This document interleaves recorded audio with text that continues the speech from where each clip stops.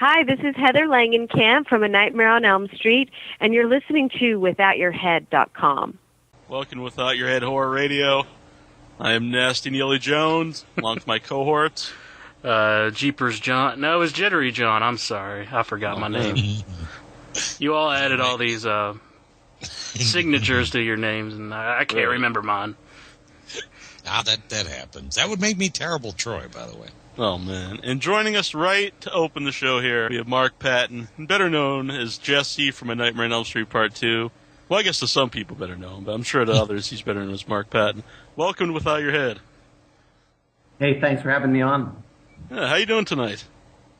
I'm doing great. The weather's starting to change here in Mexico, so all the tourists have left and it's getting real quiet, and I'm enjoying myself. Cool. If anyone wants to call in tonight and ask a question, the number is 508-644-8503. If for any reason we don't answer, we're having a little technical problems here, so just keep calling back. You know, before you took the role as Jesse, like, were you a fan of the original Nightmare on Elm Street? Well, actually, I auditioned for the original Nightmare on Elm Street. The part that Johnny Depp ended up playing, I screen tested for. So I knew of the series, and I had seen it, and I liked it, of course. But the first, after the first one came out, I was basically, on a certain level, sort of offered the second one. So they set up a screening for me on Hollywood Boulevard at Bob Shea in an empty movie theater at midnight. And that's the first time I really, really paid attention to it. And I thought, oh my God, what have I done? So it was pretty exciting. And then I started shooting a week later. So it was a very quick turnaround into Nightmare on Elm Street for me. Yeah. Now, when I watched the documentary, that they talked about, originally they thought about using different guys, Freddy Krueger. Did you do any scenes with him at all? Did you get to see him, like, on set? With a different Freddy Krueger set of Robert Englund.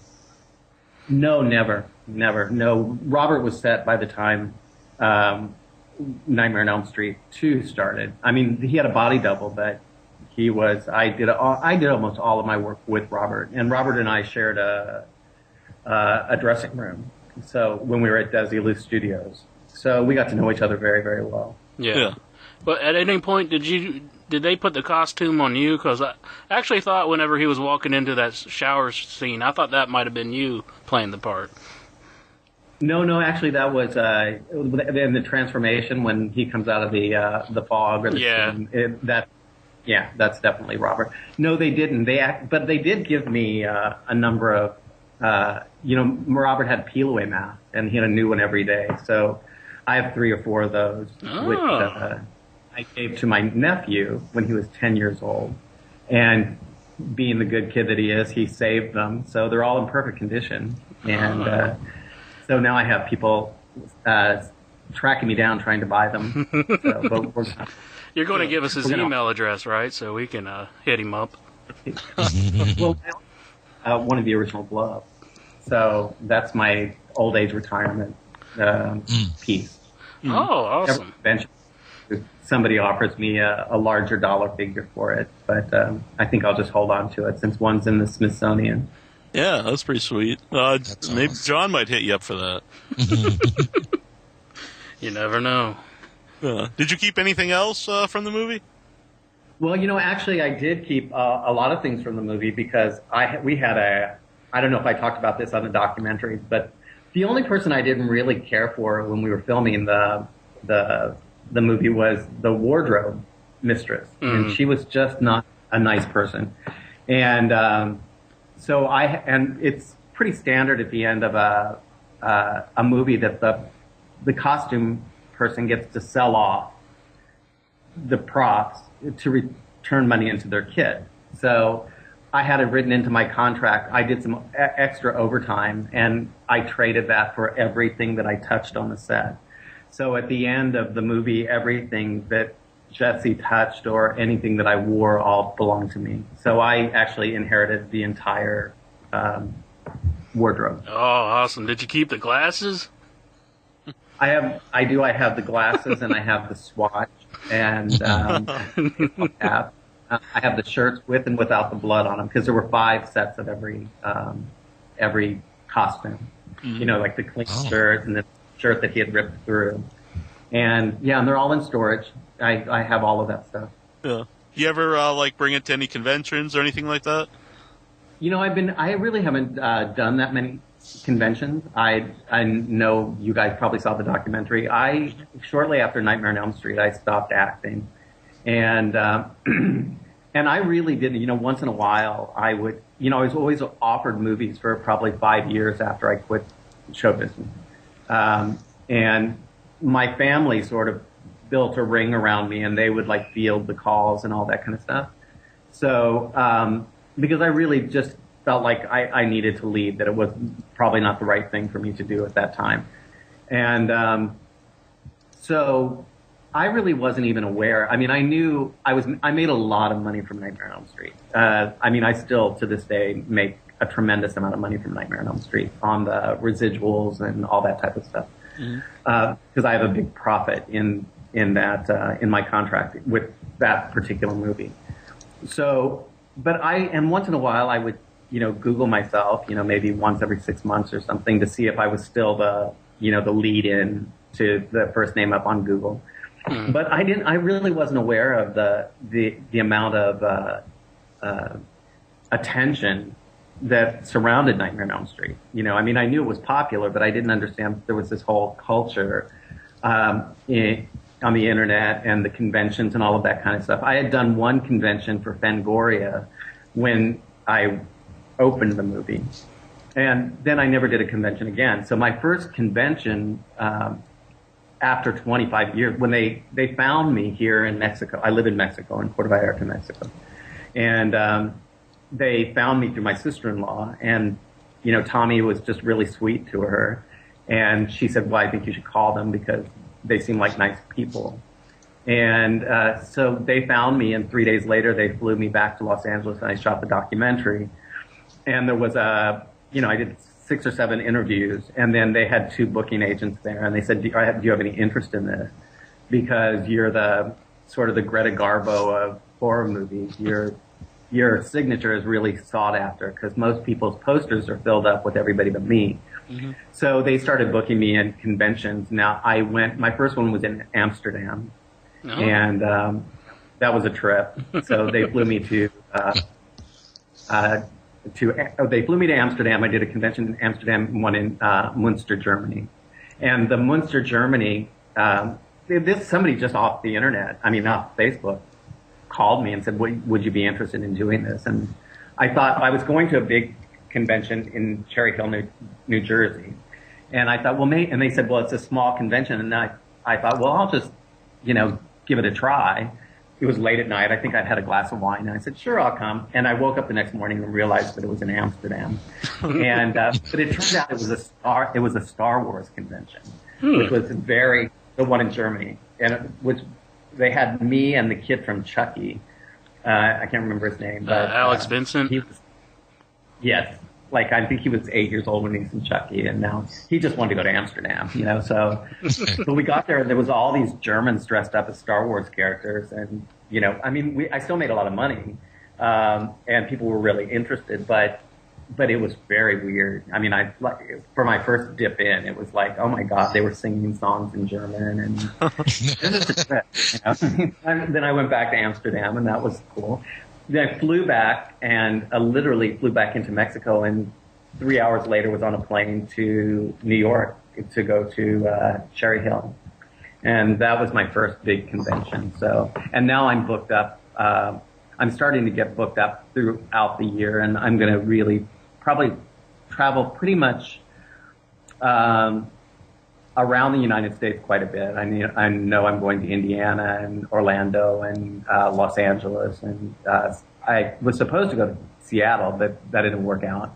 And I've been invited back to Germany and London, and so I'm going to pretty much get to travel Europe and the United States this year for the conventions. And then there's some talk about some Asian conventions, which would be really, really fun.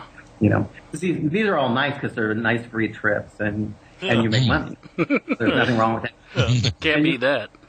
No. The fans are so cool. Like I was like really utterly surprised. You know, it's just like a bunch of really nice weirdos. And I was a weirdo. So yeah. And everybody was really kind and nice, and, you know, they just treated me with the best, you know, dignity and respect. So it was great, you know. So I have nothing. I'd love to go to as many as I could, you know, because I really enjoy it. Well, this is one of our favorite questions on the show. What's the strangest thing anybody's had you sign? Wow.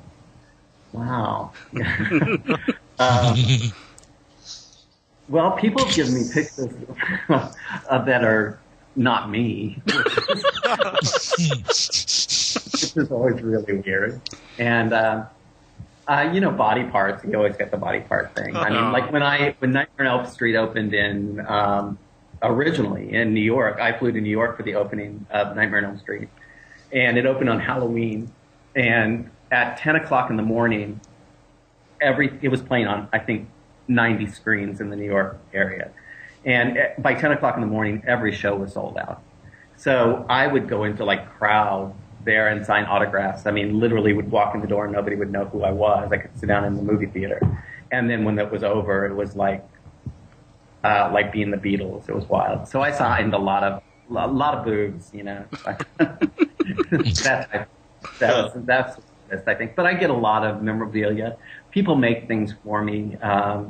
There's a friend I have on, his name's Ross, and he builds gloves, and he built a glove for me, which was very nice. And, you know, people ask me to sign they make constructions of the rooms and all that kind of stuff. The COD players, the people who like pretend to be, say, Jesse Walsh or Nancy or whatever. And some of those kids I really like a lot. They're very, very nice. And, you know, they play their games on the internet or whatnot. So usually from them I get odd things to sign, like maybe a mock-up of the shower room or something like that. Right. There are a lot of trippy people out there, but you know that. Oh, yeah. Do you know if anyone ever got the Fu Manchu cereal box? I don't know who got the Fu Manchu cereal box. I would love, but that would be a really good one to have in those fingers. Oh, yeah. So, but I don't know. A lot of that stuff just is, and surprisingly, it's really, really weird when you're making a movie like Nightmare on Elm Street. A lot of that stuff is rented. I mean, even things like cereal boxes are rented from prop companies, and they go back to the prop company. So they might pay, like, say, $5 a day to rent a box of cereal, as opposed to just store and buying one for 79 cents, you know. And then at the end, the cereal has to go back to the prop house, especially with like name brand. Yeah, well, because with the name brand stuff, unless you have the cooperation of the company, you can't use their logos. And at the time that we were doing Nightmare on Elm Street, a lot of companies were really reticent to. They didn't want their products. They didn't want product placement in a horror movie. Now they pay big bucks for it, but at the time, you know, like Coca-Cola, they didn't want to be affiliated with us. So you couldn't show a Coke can, say. And I'm sure now in the new Nightmare on Elm Street, they probably would pay, you know, $250,000 to have the show. It was just a different time then. Yeah. Yeah, so I have a feeling that's on a prop shelf someplace. Moldy, like, yeah. Speaking of the new movie, did you see the remake? You know what? I haven't had an opportunity to see it yet because it hasn't opened here in Mexico. It opens next week, and I've seen the trailers and all that kind of stuff. And I, of course, have gotten lots of reports from people on my Facebook and my fan page and stuff. And so, you know, I'll go and see it on Saturday night when it opens, and I'm really looking forward to it. You know, I always come down on the side of like wishing people success. I mean, Nightmare on Elm Street was really, really good to me in a lot of ways, and it's you know, it's a remarkable franchise, and no matter what, trust me, there are going to be 5 more Nightmare on Elm Street, and it was weird in the trailer. Like Jackie, it's weird to look at him, you know what I mean, because he just is not to me, you know, because I mean I have such an intimate relationship with this thing. But I mean, just to me, he's just not Freddy Krueger. I mean, it was like, I wish they would have, I'm sure they had their reasons for not wanting Robert. I'm not really sure what those were, or if he turned it down, or what the situation. But the thing is, that character is so identifiable. You know what I mean? I mean, it's a part of pop culture. And I don't really think it is wise to mess around with that kind of formula. You know what I mean? I mean, I know kids that have never, a younger set of kids are going to see the movie and they won't have any idea. I mean, they'll go back to the Nightmare on Elm Street and they'll watch it and they'll decide who's the better Freddy Krueger. You know, and if he's your first Freddy Krueger, that he may be the best one. For me, though, I did miss Robert. I really, really love Robert. I mean, as a person, as an actor, I think he's phenomenal, and I think that was, honestly, that was his to have. So I don't know, but I'll sort of wait and see the movie and see what happens. Yeah. The effects look great, so so we'll see what happens. Actually, on the DVD on the second disc, they talked to Robert Englund about the remake, and apparently they didn't even come to him, didn't even offer him like any type of role in it. Yeah, cameo or anything. Yeah. There people are really, Hollywood is like, honey, she's a bitch. You know what I mean? It is a cruel world, and that's kind of just the way it is. I mean, there's like really no, on a certain level, with some people there are, but with a lot of people there's just no common decency. I mean, it's like, at the very least, you can say, we're doing this and we're not going to include you or whatever, but people don't think of that. And a lot of the people that are like moving and driving these productions are very young people. And, the average age there probably of an executive at this point is probably in his late 20s or early 30s. And they don't really think about things like that. I mean, it's more self-centered, more ego-driven and all that kind of stuff. But one of these days they may need him, and I would certainly have wanted him to be on my side, if I were producing that movie. Even if I wasn't going to use him, I would want him out there, doing the prep work for me, and giving a good spin to the whole thing, bring him into the picture, but they do what they do, and that's, there's been a lot of people who have suggested that they bring Kim and I on board for the sequel, which is going to happen. And because we're the only two, characters that are actually alive inside the series, that we lived through the mayhem. So, or to bring us back as parents or something like that. And so that'd be really fun to do. And especially for the residuals, it would be, really great. Yeah, all right. That'll be a lot of money. So, but anyway, it would be fun. It'd be nice to be asked. So, yeah. And I think they should do that. I mean, it's not just say me, but I mean, I think they should bring people in from like, they'd be a fool not to put Clu in somewhere. You know what I mean? Oh, yeah. You know what I mean? Clu's the man. Yeah. Oh, he absolutely. I mean, he really is. He's a character. Let me tell you. Yeah. I loved him in Never Sleep Again. I thought he was hysterically funny. Mm-hmm. Yeah, a lot of people said, we said it after we watched it, and see a lot of people on Facebook, a lot of fans have called in, and they say like the whole segment on part 2 is probably the funniest part of the entire documentary, and the whole thing's great anyway.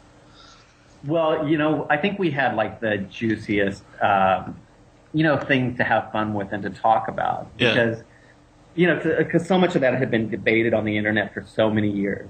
And then when they, re-released the DVD with the commentary on it, they didn't, like Robert, they didn't ask me to participate in it. And they said they couldn't find me, but I don't think they looked very hard. And I have to say that, honestly, that pissed me off a lot. And I felt like I was sort of like slammed a little bit by Jack's shoulder, and so when he, like paybacks are a bitch. I mean, it's like I had very distinct feelings about that movie. I knew what had happened after the fact with that movie in regard to the subtext, and I knew that it was intentional. I had people tell me that it was intentional, and I thought, now Mr. Chow can, now he admits that he did it, but for like 20 years he denied that he had any knowledge of this. And he was like playing with fire. He played with my career in a way that was, I think he thought he was very clever and that it was very subtle. But there were like huge ramifications from that for me, and it turned out to be okay and pretty cool. But I was like had a very on track career, and I can't tell you. I mean, I got the most hateful mail postings on the internet that they would just like, IMDb would have to delete them within 30 seconds of them coming on. Like people saying that I'd ruined the series and all that kind of stuff. But now, like 25 years later, I cannot tell you the amount of people who have, like I just got, for an example, I'm doing an interview in Germany. I'm in the process of being prepped for it right now. And one of the first questions that they presented to me was, your movie is considered the worst one of them all. What do you think about that? And I'm like, God, you're really trying to get on my good stuff. Yeah. But I said, I leave it to, I try to leave that to other people to decide what they like and what they don't like. Because there are some people that Nightmare on Elm Street 2 is their favorite movie. And it's like, it may not resonate with one person, but I've had literally like hundreds and hundreds of people say to me, you know what, that movie was really important to me, and I love it. I still love it, and so I just like leave it to, when I go to a movie, I've had friends tell me, oh, I hate this movie, and I go to it and it turns out to be something that I love. Mm-hmm. And so it's just, it's just an individual thing, Yeah. But I do think that we had some really fun things to talk about, and there were definitely scores being settled in that inside those conversations too, and they were relayed back and forth by the producers to the people who were involved in the conversation. I mean, because we weren't in the same room together, obviously. Kim and I were, and Heather and I were, but not say Jack Shoulder and any of those people. So it was fun. I loved doing the documentary. And then after that, because of the conversation was about, the homo Nightmare on Elm Street. I've been interviewed by every magazine out after Elton, just like Newsweek, and it's like, cause that was a seminal period in history for those type of things. So, it was like, and I have nothing to lose. You know what I mean? I own an art gallery in Puerto Vallarta, Mexico. I'm not trying to have a film career at this point. So I can pretty much say whatever I want, and I can burn any bridge that I want because I closed that door some time ago. So I can tell the truth and not be afraid of, somebody getting mad at me and not hiring me for a job or whatever. Yeah. So I just sort of live my life. And I'm having a lot of fun. I mean, a lot of fun. Mm-hmm. They kind of, cut some of that out, and it's in the extended like interview with you on the second disc, where you talk about how like the experience with the movie like kind of led you to leaving Hollywood. Do you think they cut that out of the actual documentary just to kind of keep it more lighthearted? Oh yeah, no. I mean I think the first disc is for like the fan, right? And I think the second disc is for like the diehard fan. Sure. And I think they did exactly the right thing. I mean, I love those guys. I think they did a really wonderful job. And it's where it's become more interesting in regard to that is, like, I did a Q&A, which is on, I think it's on YouTube now, but in Cherry Hill in New Jersey. And like we went in, to talk about the movie, and I was like, fully prepared to, this was like, this crowd was like, it was like mostly guys. It was, like sort of like New Jersey jock types. And I didn't really know what to expect. And all the questions from the audience were, basically around that situation.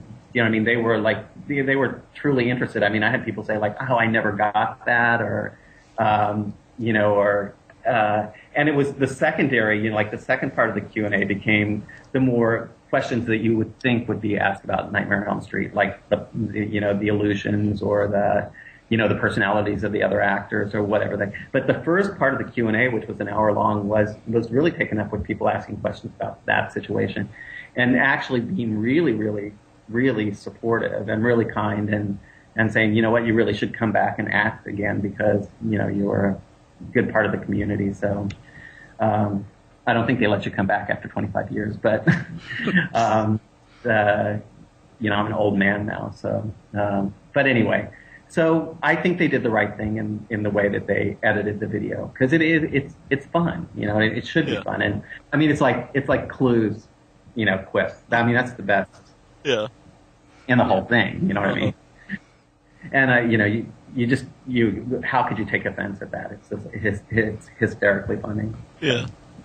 Yeah, we had Andrew Cash on a couple weeks ago, who's the co-director of the movie, the documentary, and he said it was a lot of fun interviewing you and Clu. And do you have any story with Clu from the set that you didn't talk about on the documentary?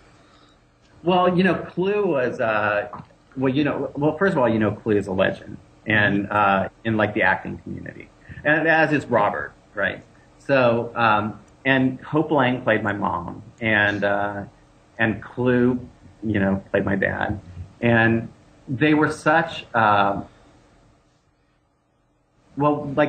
would take me out, Hope would take me out and get me drunk for lunch, because she was drunk the entire time.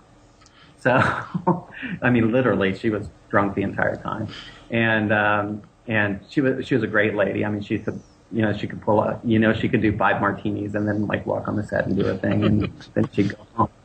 And Clu was just he was just a good pal to me. He was all of the people on that movie were very protective of me. I had worked in New York quite a bit before Nightmare on Elm Street, and I had worked with Robert Altman, and they all really respected that in the way that I had come into the business. So they were all pretty protective of me, because a film set in Los Angeles is a trippy place. There are people, reporters there that are sort of undercover, taking pictures of you, and there's agents trying to poach other people's clients and stuff like that. So all those guys really sort of formed a ring around me, and just took care of me and made sure I had the space to do what I needed to do, because I was carrying that movie. It's amazing how much I'm in that film, and for a young actor, that's a lot. It's a lot. It sort of rests on your shoulders to be there all the time, and the days were really, really long, and we shot it really fast. So I got all of the overtime that was allowed on the movie, which was a nice gift from the producers, because you start to make a lot of money on overtime. But I was working 16 and 18-hour days all the way through. There was no stopping.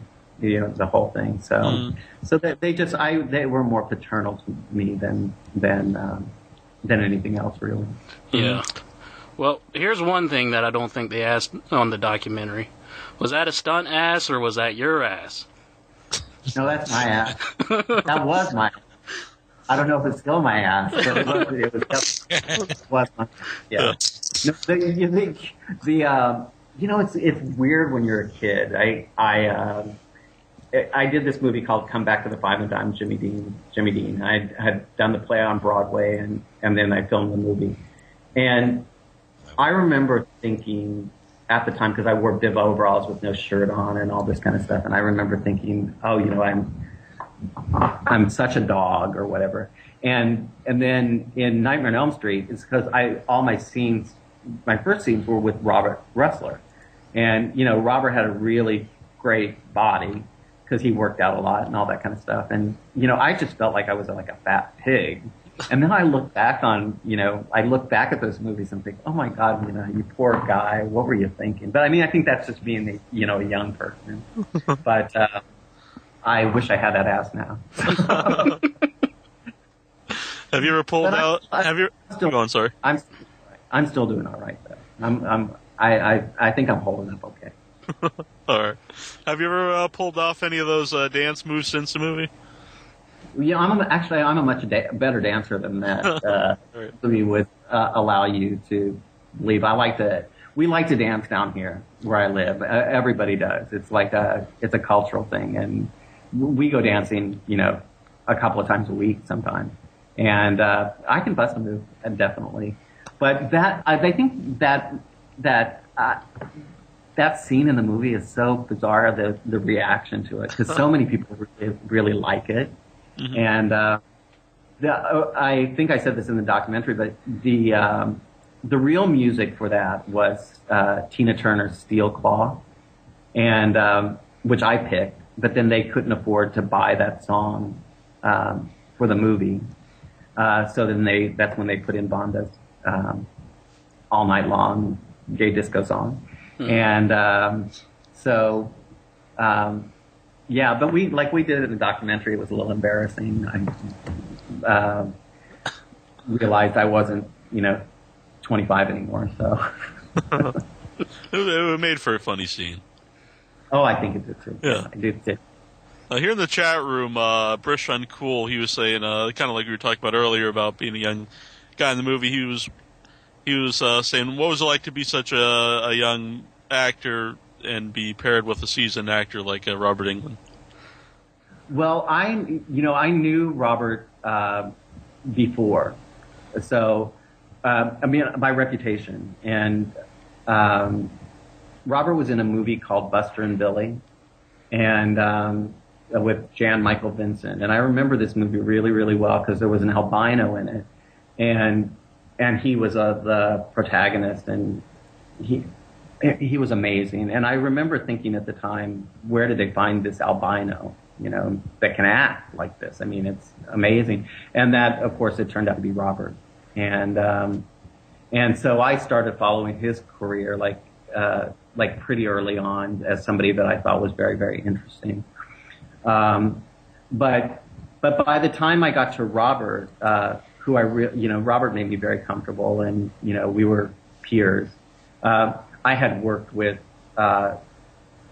people like Geraldine Page and Sandy Dennis and Robert Altman, and I'd really sort of worked with the highest level of people in the world in New York, and I had met. When I was doing that particular movie, I had met everybody. From the Rolling Stones to David Bowie, Robin Williams. We went to dinner with these people. So Fame, by the time that I started to do Nightmare on Elm Street, Fame, and I was very secure in myself as an actor. And also, I had been surrounded by famous people for many years. So it wasn't really something that, rocked my boat. You know what I mean? It was like I knew people. By that time, I understood that people were people. Mm-hmm. And, and if you talk to them like they're just another person, then everything's cool. So I worked with Chuck Connors. I don't know if you guys remember him, but he was on The Rifleman. You're probably The Rifleman, yep. Yeah. And I did a television series with him, and he was just a jerk. He was like a typical old-time movie star. And he trained me he would show me these little tricks on how to get people to do things that you want them to do without them knowing that you're manipulating them, so that they do something for you that you want them to do, and then they're very grateful that they got to do it. And by the time I got to Nightmare on Elm Street, there was none of that. But that I dealt with a lot of those old time stars who were, either in the theater or whatnot, and they were like a crazy lot of people.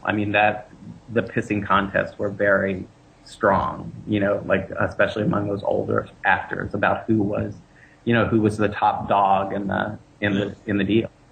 And in our movie Nightmare on Elm Street, it was like Robert and I. That was we were the two people that couldn't be fired. So so we had a good alliance and had a really, really, really good time. I mean, I had so much fun making that movie. I can't tell you. It was just it was a blast. Mm-hmm. I love Jim. Go ahead. Did you have a question? Yeah, I was just here in the chat room, HT Ray 501. He says he recently went back and watched Come Back to Five and Dime, Jimmy Dean. The scene where you were gay bashed was very sad, very brave of you to take this role so early in the 80s. And do you still talk to Cher, Karen Black, or any of the other actresses from the movie? Well, I do talk to I talk to Kathy Bates, who is a friend, and Kathy wasn't famous when we did that, so and of course where she ended up, and she was the president of the Screen Actors Guild for quite a while, so I would see her at events and whatnot, because I still am very involved with charity work for the Actors Fund of America, and so her and I were Cher and I were very good friends, and we were friends for a few years. I mean, when we were in the movie and the play, we were very, very tight. And, we'd spend the night with each other and that kind of stuff. And I babysat Elijah and took Chastity to her first discotheque by herself. I think we went to Matt Dillon's birthday party or something. So, I was very involved with that family. But after a certain amount of time, when you separate from a person who's a star like Cher, you can't live in that world. It's a very insulated world. But I do have a telephone number, which I am allowed to use anytime I want to. And so anytime I'm in a city where she's doing a concert, all I have to do is call that number. And I have always received tickets. So I could go to Vegas and I can go backstage and see her. But as far as calling her up on the telephone and that type of stuff, it's not possible with that type of person. They're far too, there's a web around them that's really, really, really strong. And unless you're a part of that circle, you don't have regular contact with them because they're just too rarefied. It's probably 10 people talk to her on a regular basis. But she was great. She was a good Karen. I see on occasion. Karen was in the best, and I say this in the best possible way. And I don't want to say this it's not negative at all, but she was crazy as batshit, and she's just a whack job extraordinary. And I loved her, and we were playing the same person. So, I was the before and she was the after. And she would call me, I had a roommate that I grew up with. We were high school friends and we were living in an apartment in New York. And, one day I brought Cher home and she woke him up so he could go to work. But Karen Black would call every night on the telephone to talk to me on the telephone. So our voices would sound the same. And even he got to the point where it's when is she going to stop calling you? But she's I think I don't know if you guys have seen Jimmy Dean or not, but Jimmy Dean won the Cannes Film Festival and also won the Golden Bear in Germany, and she's an amazing performance in that movie. It's freaky how good she is. She's either really, really bad or really, really good. She's one of those people. And Jimmy Dean, she's really, really good. I mean, she really looks like a transsexual. It's scary. So we got a caller in the line. We got a Weeble. Hey, how's it going, guys? Did I interrupt you? Sorry. Were you saying something? Hey, how's it going? All right. Was there any rumor about, you remember how in the original Nightmare on Elm Street they made Freddy a child murderer instead of a child molester? Was there any rumor that why they scrapped the idea or switched it? Well, I think they decided that they would make him a child murderer, but I think the molestation thing at that time was too. I mean, it was it sort of implied, but again, it's sort of like with any of the sexual stuff at that time. All the things that have happened since then. Now we're all really aware of child molestation and all that kind of stuff because we've heard so much about it on the news and stuff. But at that time, people weren't really talking about that stuff, and it was just considered so repulsive that there would be no way that you could. I mean, you have to have some sympathy for Fred. You know what I mean? I mean, you have to identify with him, and you can't make him. I mean, he can murder people, like stick his blades in their stomach, but like if he's like blowing little boys, it's like it's not gonna, you're not gonna make any sense of happening for him. So, and then I think and as I said, I haven't seen the new one, so I know they do that a little different in the movie, and I'm looking forward to seeing that. And it does make him more hateful, you know what I mean? It's yeah. It makes it hard though to wear like walk around with a Freddy T-shirt on if he's like a hardcore child molester in the movie. Exactly, and also like, well, it's a lot of people don't understand that kind of thing. I mean, there's a certain segment of the population that like they wouldn't even it wouldn't matter to them. I mean, it's just like it's a movie or whatever. But then there are the movie studios. They think about this stuff a lot because it's like it really can affect your ancillary rights to images and whatnot, because a lot you can get like a whole firestorm going really, really easily with especially with people who've been molested and stuff like that, because they're very vocal and they're very organized, and and they're like trying to tell a story to the world that probably needs to be told, so, yeah, because that's a pretty devastating thing to happen to a kid. So, I think it's something people don't recover from. So, so I don't know why they did it, but, we'll see how it plays out for them. But I think Freddy was scary enough just being, who he was. He didn't really even need a backstory. It's like the minute those gloves came out and the eyes, I wish I said this in the documentary, and I wish people could actually hear Robert's voice in the movie, because of course they overdub it in the film, so it has that hollow effect. But I'm telling you, like on the set with him, his real voice is so much more terrifying than the illusion that they gave him. I mean, I was like totally creeped out sometimes. I mean, he was just, that scene where his blades are in my eyes and he pulls off his head. That and the scene in when we kill Grady was, he is like a lunatic. I mean, like really, really frightening. I mean, just very, very creepy. The whole vibe on the set was very creepy in those times. And then we'd always break the tension afterwards. But, like that transformation scene, where he comes out of my body, that took 3 days to shoot that. Mm-hmm. And we were operating at a level of intensity that's pretty intense. And he could stay in his character, in a really, really strong way. And I really do wish at some point people could hear his voice, because I think they'd be surprised at how much more disturbing it was than what actually it sounds like in the movie. Mm-hmm. Did that help you get into the role better? Oh God, yeah. He was. Well, by the time we did that, the transformation, a lot of people comment on my screaming in that movie. Yeah. And like when Kim and I first came to work there on the first day, we screamed the first day, and it was kind of like like the sort of fake scream that you hear in like these kind of movies.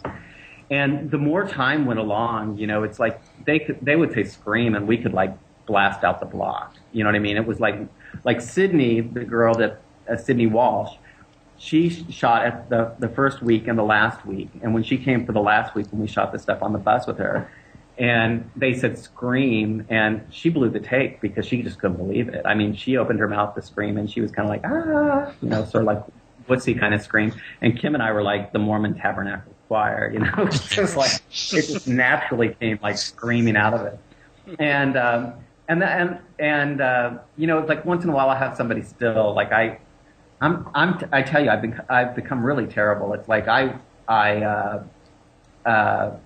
there was a girl, April, who's now a friend of mine and she wrote on Never Sleep Again. She tagged one of my photos and said something to the effect of, you know, Kim looks pretty good, but Mark time has not been kind to him. And, you know, I like just popped it right back at her. And I think she was like totally freaked out, you know, and I just sent her an email and I was like, you know what? You don't need to say that. I'm 50 years old. You know, I'm not, you know, Kim is 40 years old. I'm 10 years older than Kim. And, you know, that's kind of an asshole thing to say. Yeah. And, you know, and I didn't say asshole, but, and then she wrote back and she was like, oh my God, I'm so sorry. I never thought you would read that, blah, blah, blah. And I said, well, that's why a lot of people on Facebook won't talk to fans. And it's like when you log on to my Facebook, if you IM me, I talk to you. You know what I mean? Mm-hmm. But I expect you to be, you know, somewhat respectful of me because, I mean, you're calling me up. You know what I mean? I'm not calling you. Right. You're calling me. And you know, like people who are fans can they can be wonderful or they can be really mean because I think on a certain level they think they're not dealing with a real person or they're thinking that the person that their voice is really never going to be heard. But I'll tell you a secret about actors. They all read everything. So if you're making a post online, 90% of the time the person that you're posting on is going to read what you say. And now you may never hear from them, but they read it. And, cause it's important to them. And like, so one guy sent me, you know, posted something about me screaming like a girl and I, you know, like in a really sort of derogatory way. So like, you know, I hit him up and I was like, you know, if you had a, you know, 8-inch blade stuck in your eye, you'd scream like a girl. Trust me. And like, now we're friends. You know, he and I are friends on Friendspace or whatever. And he, on Facebook. And he was like, oh my God, really? Was that blade that long? And it's like, yeah, it was. And it was as sharp as a razor. I mean, they had plastic ones but when they came in for a close-up on my face, those were razor blades in my eyes. And I mean, and they were like a centimeter from my eyeball. Oh my God. And, you know what I mean? And so, you know, the realistic thing to do as an actor is really scream. I mean, if somebody sticks a gun in your face, you're going to scream like a girl too, I guarantee. You're either hands or you're going to like, you know, something. So I thought it was like sort of germane to the movie. I never realized it would cause that much, you know, people would, it was that girly. Mm-hmm. Yeah. So, sounds like you're frightened to me. Oh yeah. That's what I think that's what being scared sounds like. Mm-hmm. You know, not, you know, like, you know, that doesn't match my personality, my body, or anything at all. I think like you said, I mean, if some guy with some dead guy with blades coming after you, I don't think you're going to be thinking, man, am I screaming, you know, manly enough? Or, exactly. You're just thinking, I sound like Barry White when I'm screaming. Yeah, exactly. No, what you want to do is just get the fuck out of there. You know? Exactly. You know, you're saying like, you know, a lot of people online were, and yourself was, you know, thinking about getting Jesse into the sequel. Have you ever thought about like what you thought happened to Jesse after the movie? You know, actually, I did, and I wrote a script actually about it, and I wrote actually 3 scripts. One was optioned by New Line, and I never showed that one to them because I didn't think it was. I don't know why I didn't. It was kind of stupid, but I always had a. I'm going to answer this in 2 different ways, if you don't mind. That's fine. I wish, like, when you go back to the subtext of the original My Nightmare on Elm Street, I wish they would have let me in on what was going on in regard to this, because I would have played the character totally differently. I would have played him more depressed and more like sort of listening to the Smiths and, you know, dressed in black most of the time. And like, that could have been like a wonderful interpretation of that role. like that alienated kind of, as opposed to the happy preppy kid, like the really alienated type of person who might come in and shoot you in the school. So, but my idea was, I always thought it would be really cool to put Freddy in New York City. And of course, New York was my home, my primary home. So I wrote a screenplay where Jesse had gone off to NYU and was a teacher, and Freddy showed up there, which that breaks it out of the house mold. But I just kept seeing him on the subway. You know what I mean? The sound of the subway train in New York sounds like those blades, right. And all I could, I could see him on a train in an urban center, and just like you could have like fantastic things. Visuals. But I think but I think in real life it's like I always thought, probably, Jesse and Lisa were, ended up best friends. I don't know. They moved to San Francisco together. I don't know. I don't know what happened to them. But I would like them to, if they would, in the sequel, I think it would be really fun if they did bring Kim and I back and have us as a married couple, and that maybe we, like the scene where her parents at the party where the pool catches on fire, like to do that same kind of thing would be really fun, just for the passage of time. Yeah. Thanks for calling in, Weeble, by the way. All right, man. Thanks a lot. Yep. Yeah, thank you. Thank you. Let's have Freddy on the line. Hey, we got Freddy Fingers on the line. Hey, Freddy. Hey, how you doing, man? Good, thank you. Is that your question, Freddy? My first question is that how do you feel about being the first male lead in the Freddy Fingers in the Nightmare on Elm Street?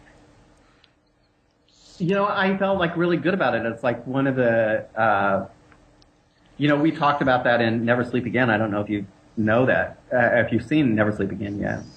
But basically that part that's a woman's part. It's like traditionally in a horror movie, that part would be played by a girl and Lisa's part would be played by a boy. So it was interesting. It was an interesting experiment. And, I was just thrilled to have the job. It was, like I've said before, it was a really fun experience for me. And I was just glad to be there. So whenever they pick you to star in a movie, it's, if you're an actor, I don't know if most people comprehend, how rare it is for anybody to star in a movie. The scrutiny that you go through, by the time they offer you a role, they're very certain about who you are. And, of all the actors in the world, the people that are in the club of ever starring even in one movie is a miracle that it ever happens to you. So, when I'm dead and gone, I can, honestly say there was a day that I was a movie star. You know what I mean? It may have been like 2 days, but I accomplished that goal, and that was great. So I felt really good about it. Rock on, rock on. I always kind of wondered about how, Freddy was always burned, and then you came out of him with the shell when you're ripping it off your face. Give me some details about your outer costume when you were ripping off the ash off your face, and then hey, I'm still living. Right. That actually was filmed at a old factory out in the middle of like the desert of California, and they lit up the place. I mean, it was like controlled burn, and I was covered with oil, like motor oil, and burned. Like wood pieces, basically, is what they really were. They were wood. Like there was a lot of burned newspaper on me and stuff, and it was nasty. I mean, it was like really, like nasty, and it was hot. It was probably like 100 degrees anyway, and then the place was on fire. but I think it's a nice reveal. I think it looks, really cool. I felt more sorry for, I mean, I was covered in the crap, but I sort of felt more sorry for Kim than me because she had to slide into it. And then every time we did it, she had to change clothes because, she had, because there were multiple takes on that kind of stuff. And so she would have to have her makeup redone and her clothes had to be changed and everything so she would look like she hadn't touched that before. So, but I think that, that was a long time ago, and I think the special effects in the movie, there was no CGI then, and I think the special effects, with the exception of the birds, were all pretty good. The birds, I think, if I were the director, I would have cut that bird scene out of there. I don't think I would have let that stay in the movie. It just didn't work. You know what I mean? That was a pretty segment on the documentary too. You mentioned that when he asked the guy who did that scene what his greatest work was, and he's like, "Oh, when I worked with the Three Stooges." So right, the guy's was around for quite a while. Yeah, oh yeah, there were a lot of hoary old guys on there that had been working since the beginning of time. Because again, they didn't have a lot of money. I mean, Nightmare on Elm Street. Well, when Heather and I would talk about it, it's I think my budget for my costumes were $20,000, and that I got to spend $20,000 on clothes for the movie, and Heather got $100, for the first Nightmare on Elm Street. She was like, there were no perks on the first Nightmare on Elm Street because they had no money. I mean, that whole story. But they were still being pretty tight with us. I mean, I think we made $50 million or something, but they didn't have that $50 million yet. So, but we were on a luxury train compared to the original guys. I mean, I had my own trailer and all that kind of stuff. So, and we were treated really, really good. Mm-hmm. Question? Was that all your questions, Freddy?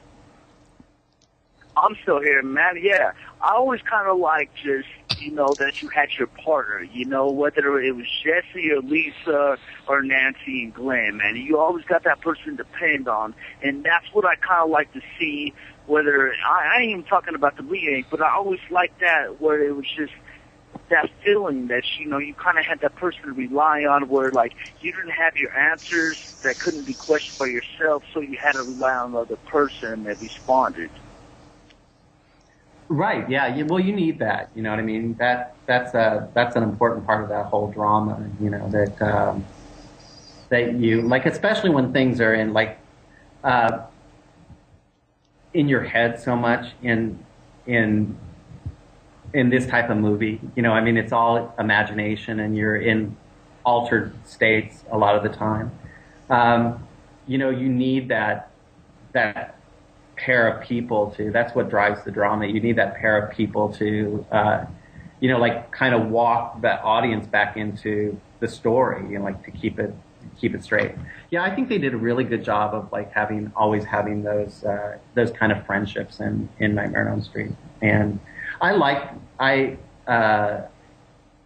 loved Sydney, and she played Lisa's friend, and then Robert and I, of course, I really like him, and we were pretty close. We hung out quite a bit, and he was a player, definite player. He's not now; he's a daddy with 3 children, but he was a serious Hollywood player at the time. I mean, he was best friends with Robert Downey Jr. and Kiefer Sutherland, and I mean, he still is very good friends with those people. But he had it going on, so we had a lot of fun. Lots of opportunity for fun. Let's put it that way. Thanks for calling in, Freddy. Hey, you guys have a good night. Thanks, man. Thanks. Quick here in the chat room. Somebody wanted to know what it was like the first time you put the glove on. Well, they let me try the glove. I had a glove to work with that my dogs decided to disturb it. See, they told you an hour, now he's barking. Yeah, it wasn't me barking. It was Julieta. so they gave me a glove to work with because they're really really complicated, and to make it respond the way that Robert did. You know what I mean? Like he played it like it was a violin, and so I had like a glove to work with for like a week prior to the opening of the first shooting the movie, and it really paid off. That glove is the real one. Not the secondary prop ones, but what would be considered the real first glove on the set. That was a weapon. I mean, like that scene with my sister when I'm putting her in bed and the knives come out. I love that scene, by the way. I think that was so beautifully shot, and it's so creepy, But to like put that glove in the light, because what you have to do is you have to hit the lights and you have to hit the spot and the camera, and all those things are very detailed when you're shooting something like that, because it's reflective. So you have to move it in such a way that the camera doesn't show up in the glove, and so it's like that's a technical. You have to work with those quite a while, and it was creepy, It's like, and like I said, I have one, so it's if I ever decide to become a serial killer, and you hear people, are like dying like Freddy Krueger, you can call the CSI or whatever and tell them I'm in Mexico. Right. But I'm just joking, of course. Yeah, of course. But don't go to sleep. Exactly. Do you know if part 2 is ever gonna? Well, I'm sure it will be, but do you know anything about it being released on Blu-ray? I'm sure it's going to be. I mean, like they're doing a whole rollout with all of this with the new Nightmare on Elm Street. Mm-hmm. So, and this, the Nightmare franchise, the original Nightmare franchise is just alive and kicking. I'm telling you. I know that from, because I get quarterly residual checks from the thing, so I know how much it's being bought, how much it's being seen, where it plays, all over the world. And I'm telling you, I cannot tell you. Today I got a poster from Australia to sign, and then Slovakia, Russia, Thailand, like everywhere in the world. And like a lot of these countries, that series is just beginning to peak there. You know what I mean? Mm-hmm. So, and then what's really amazing is like I have people on my fan page that are anywhere from 13 years old, 11, 12, 13 years old to like 60. You know what I mean? Like there's like 3 generations of people who have rediscovered this movie. And I really don't foresee that will probably ever stop. I think it'll be, I think 20 years from now, people will still be, whatever the medium is, whether it's, accessing it through the internet or like renting or whatever. I think that this movie has a super long shelf life. I don't think it's going to end anytime soon. And I don't think the new Nightmare on Elm Street is going to put the brakes on the old one. I actually think it's going to actually elevate it in a certain way. Yeah. I expect a big check next month. So, right. Yeah, I think. Yeah, definitely. I think every time they remake like when they remade Friday the 13th, then they put out all the special editions of the original Friday the 13th movies. So it's probably the same here. Yeah. Oh yeah. Yeah. They like I get. What's really interesting is the different rollouts in different countries, and the way they roll the movie out in, say,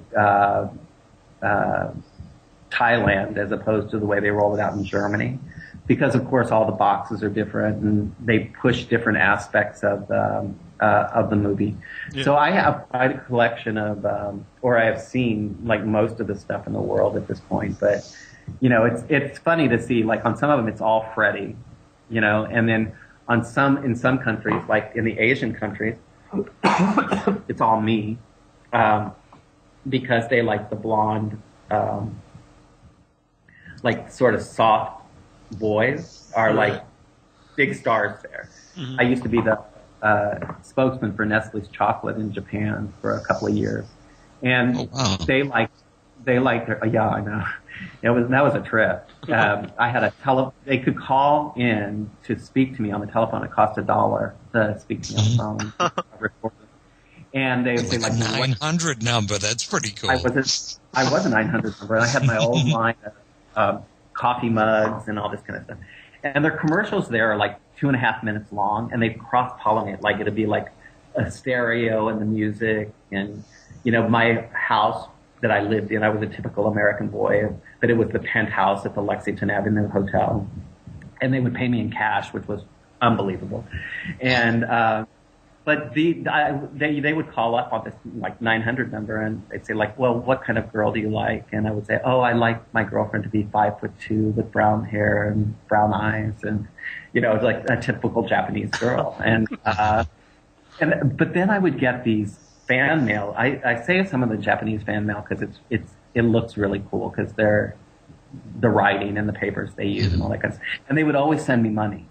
Like if a Japanese person would ask for my autograph, they would always send at least $50 in the mail. Oh, that's to cool. Post it.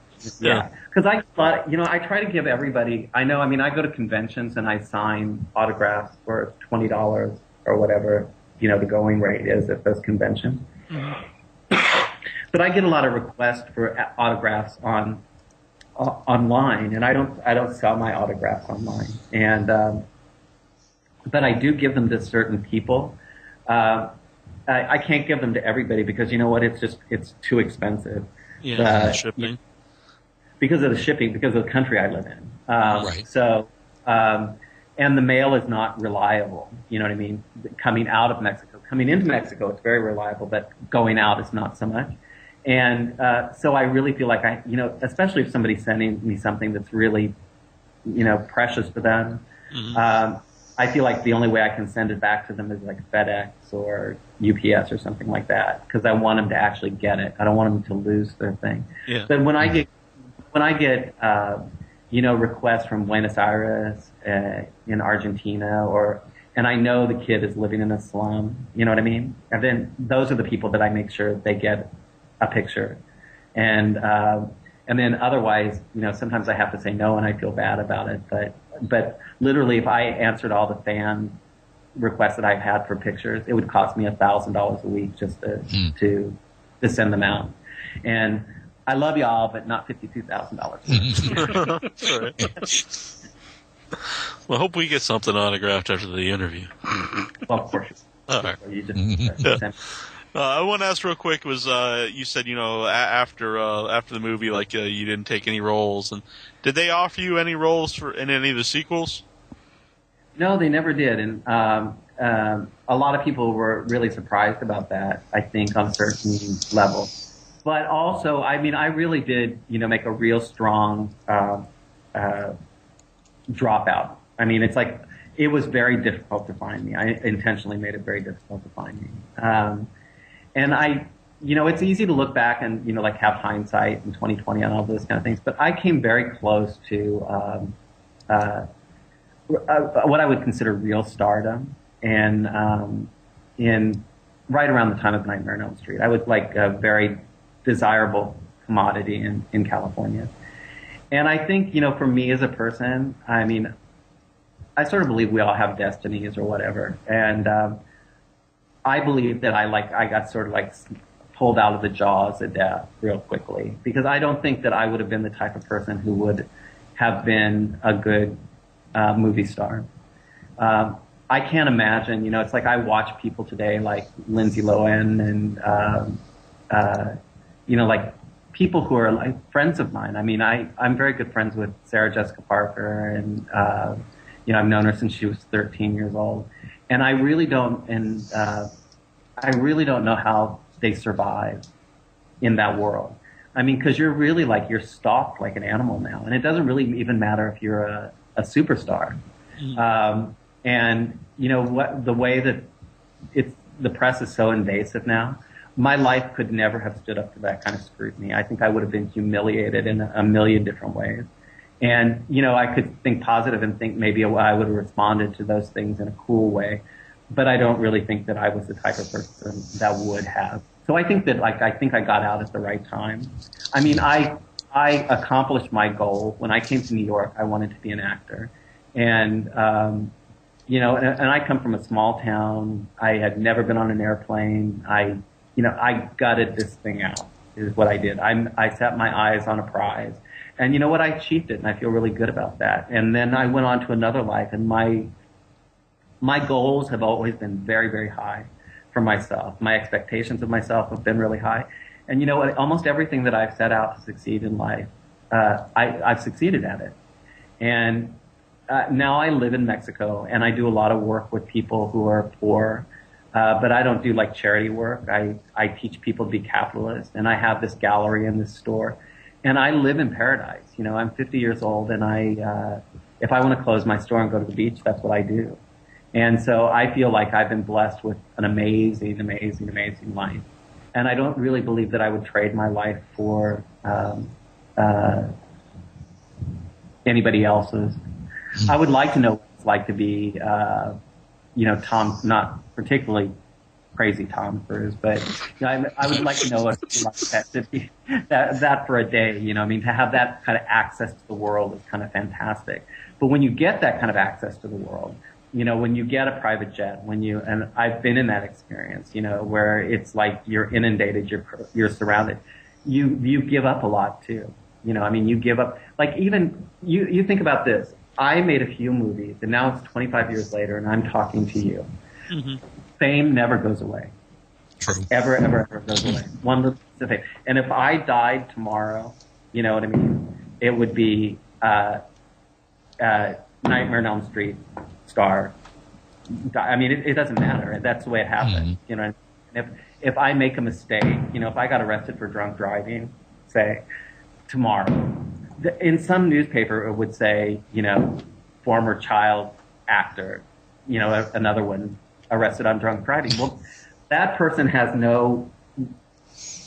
I mean, I feel like the actor Mark was like a young person that like my nephew or something. Like it's like somebody I knew. I mean, I know it was my life and everything, but I look back on it really fondly. But on a lot of levels, I don't even feel like I'm the same person. You know what I mean? I'm a grown up man with, you know, grown up responsibilities, and I would be like, you know, I love doing things like this with people like you who really care about what you're doing. I mean, you're doing this out of love, obviously, and you know, and a true kind of good spirit.